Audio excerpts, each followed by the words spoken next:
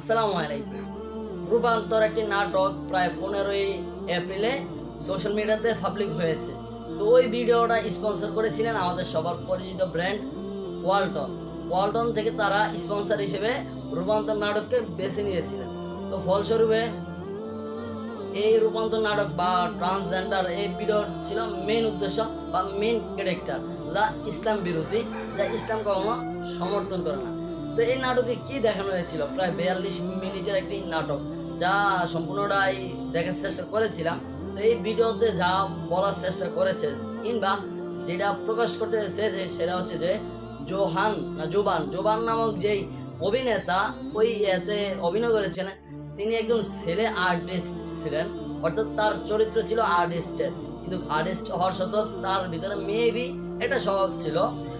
তো একটা মেয়ে তাকে পছন্দ করেছিলেন, এমনকি তিনি ওই প্রস্তাবে রাজি হননি, কারণ তিনি পুরুষ হওয়ার সত্ত্বেও তার ভিতরে নাকি মেবি স্বভাব, যেটা আমরা বলে থাকি ট্রান্সজেন্ডার কিংবা রূপান্তর পরিবর্তন। তো এই ছিল নাটকের মেইন উদ্দেশ্য কিংবা ক্যারেক্টার, কিন্তু এটা নিয়ে সোশ্যাল মিডিয়াতে ব্যাপক সমালোচনা ঝড় উঠেছে। কি জন্য? কারণ এটা ইসলাম বিরোধী কাজ।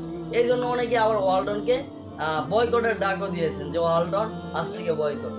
তো মূলত এরা কিছুদিন পরপর জাগ্রত হয়ে যায়, এমনকি তারা ইসলাম বিদ্বেষী কাজ শুরু করে থাকে। তেমনই ট্রান্সজেন্ডার এটা বিদেশে অ্যাভেলেবেল ছিল বা বিদেশে এটা জনপ্রিয়তা ব্যাপক হারে ছিল, কিন্তু দুর্ভাগ্যবশত এখন বাংলাদেশে এটা দেখি প্রমোট করতে শুরু করেছে, যা খুবই খারাপ এবং নিকৃষ্ট কাজ। তো মূলত আমরা এখন তো পড়ে রয়েছি বিভিন্ন টপিকে, কিন্তু তারা আমাদের পাঠ্যপুস্তক বইতে বিভিন্ন ইসলাম বিদ্বেষী কালচার প্রকাশ করাচ্ছে, যা খুবই নিন্দনীয়।